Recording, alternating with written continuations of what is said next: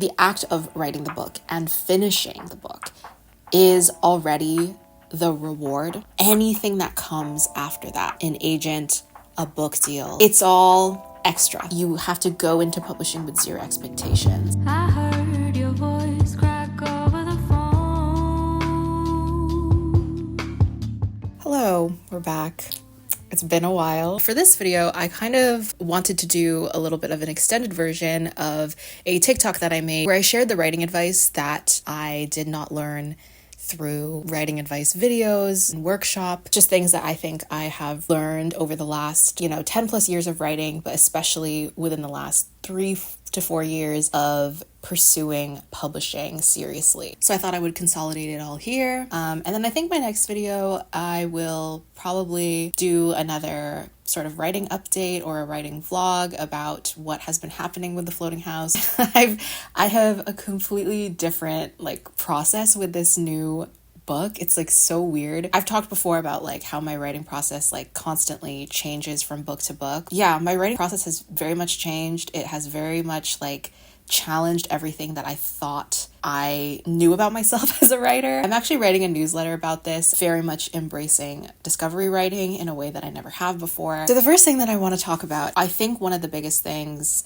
that has really helped me as a writer is that when I get a book idea, I never write it immediately. And of course, all of this advice or whatever is just, it's just completely based on my own personal experience and my own writing personality. So when I was younger, for most of my life, the way that I would approach writing is you get the smallest tinge of an idea. Sometimes it's not even a premise, it's not even a plot, it's just a trope, it's just a vibe. There's nothing beyond that. But to kind of catch the excitement of the project, I would just start writing it immediately. And I think that's actually a good thing when you're in sort of those early stages of writing, when you're new to writing. I think the best thing is always just to start. So that's how I wrote for most of my life. And then when I decided, I want to sit down, I want to write a book, I want to figure out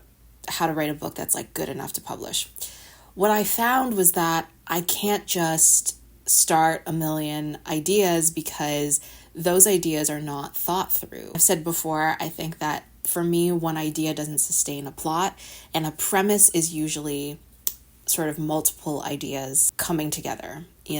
I feel like I need a lot of my ideas to gel in order to form a coherent plot, sustain an entire book, that an entire book has a justified plot. And so I think that comes with a lot of time. And so when I say that I don't write ideas right away, I think a lot of writers, I tend to have many ideas, too many. If you were to just take just the raw ideas, there would be hundreds of them.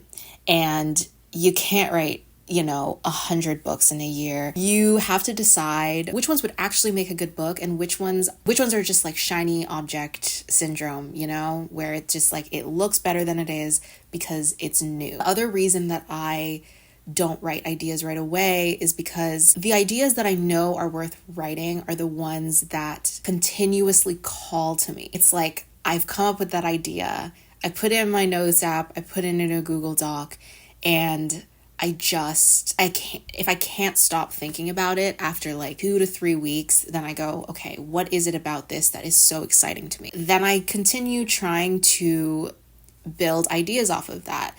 I try to think about where are the interesting potential themes. What is it about this that I feel is a meaningful story? And even at that point, from the moment I get an idea to the moment that I'm even writing an outline, sometimes it's months, because that time that I spend even when I'm not actively writing about it, even when I'm just thinking about it or I'm talking to someone about it, those are the moments where I'm really steeping in it. Is if I go into an idea too early where I don't have any concept of what even the story is, I will get very discouraged when I hit a point where I'm just okay, everything is so messy to the point where I don't even know what I'm even trying to say with this project. So that's the first thing.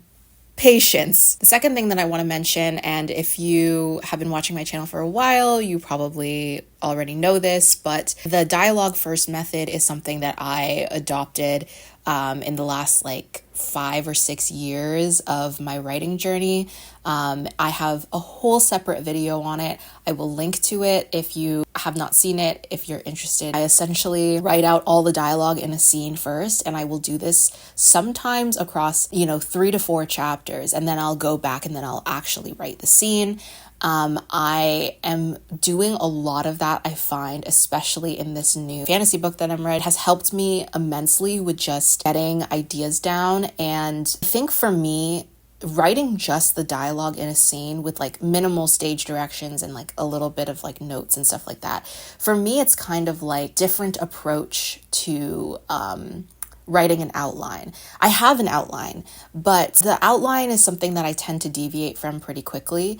Not significantly, but in terms of like, sometimes I think one scene is happening in chapter 2, but I might decide when I actually get into the draft that that scene won't come up until like chapter 5, because there are a bunch of other things that like I think of as I'm writing. So what the dialogue first method allows me to do is it allows me to get down the skeleton of a scene. It allows me to think about who is in every scene and what they're saying to each other and like what the purpose of that scene is.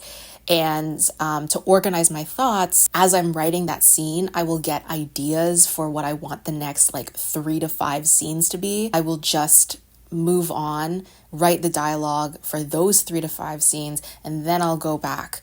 So I've very much been doing that with this project, and I feel like it helps me write faster because I don't allow myself to get blocked by, oh my God, I have to like write setting description right now. I just don't do it. And then I'll move on. And then when I am in a better headspace, I will go back and I will actually fill in the prose. I talk about it again in depth in that other video. The next one I feel like is the most important. If you find yourself getting stuck in your plot and you're a writer that all you've ever known is like a very solitary writing experience, the thing that has helped me get through 90% of my plotting issues is just talking out loud. I will split this piece of advice up into 2 separate sections because I know a lot of writers might not have access to a beta reading circle, to a critique partner. If you are plotting and you're like, what do I do next? Or what is this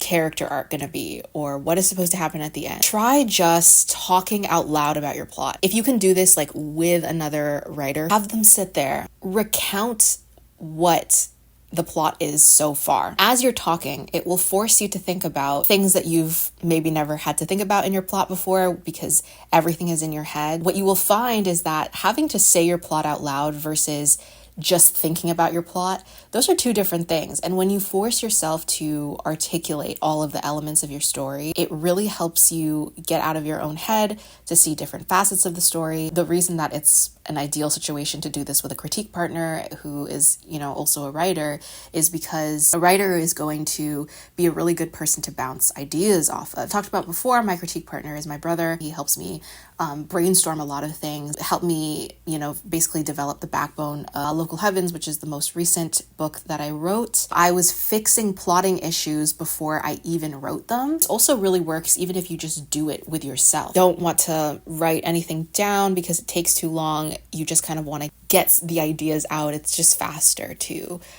say your ideas out loud. So if you've never tried incorporating this element into your brainstorming, I would highly recommend it. And the last thing I'll say about this point is that one of the biggest things that I see from a lot of writers is like, how do I find the motivation? How do I find the discipline? How do I just get to the end of my book? For me, it's like so much of it just comes from finding ways to constantly be excited about the writing process. And a big portion of that comes from having friends feed into that excitement. And a lot of the times believe in the book more than I do. All right, this leads me into my next point, which is basically, I think, more for like etiquette advice. If you're pursuing publishing, you are going to have moments where you feel so bitter, resentful, envious, spiteful. Someone might wrong you. The industry will truly beat the crap out of you sometimes, if not with, rejections, then in many other ways. Find a group chat.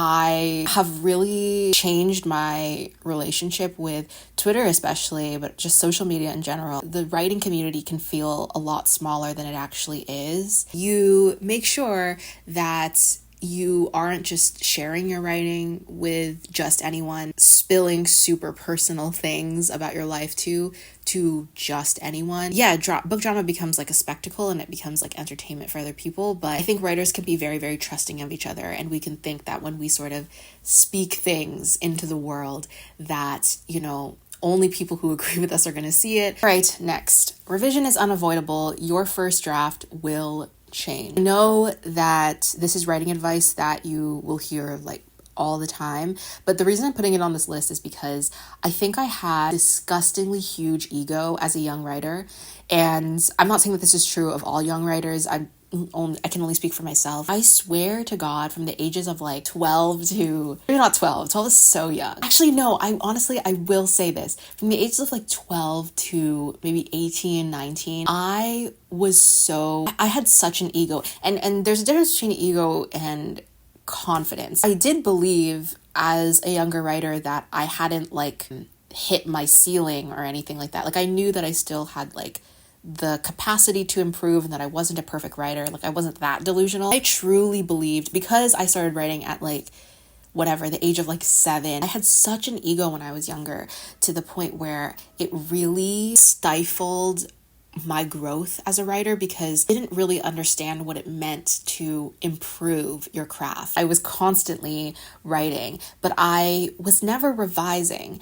And I think that revision is where so much of the actual like writing happens, because the first draft is just, it's so messy, and learning how to like develop this skill of being like, okay, here's the story. Is it as good as it can be? And how do I look for the elements that will make this as good as it can be? A skill that I think I have only started to develop within the last couple years. I think I've really learned that how to let go of the sanctity of a first draft. Even when I was writing Local Heavens as recently as last year, it took me 7-8 months to get through that first draft, and so much of it was because I wanted the words to come out perfectly.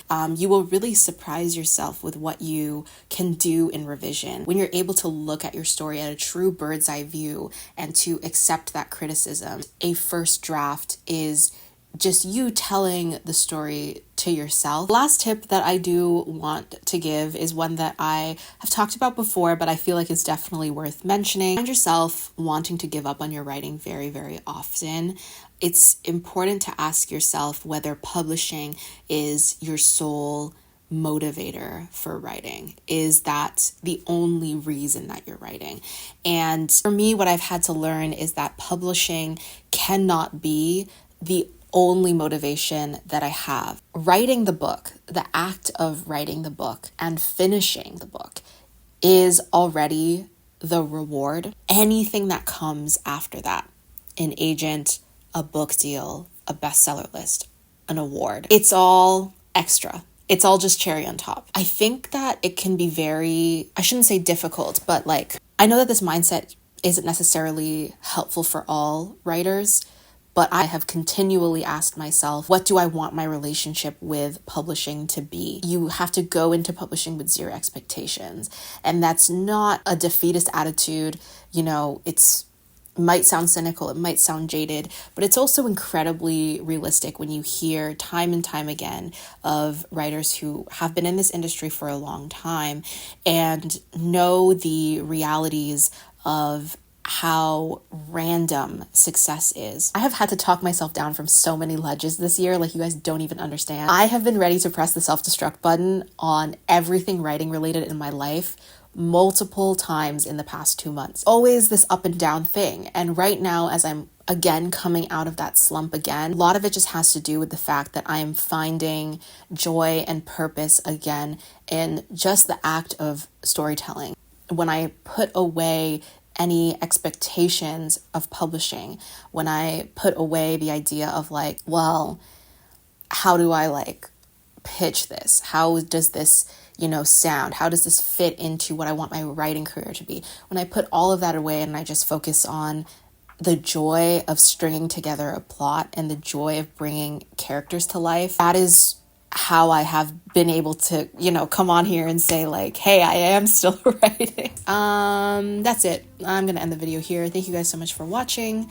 Thank you for hanging out with me today. I will be probably doing some floating house updates soon, so stay tuned for that. That is all. Hope all your writing projects are going well. I will see you guys in the next video.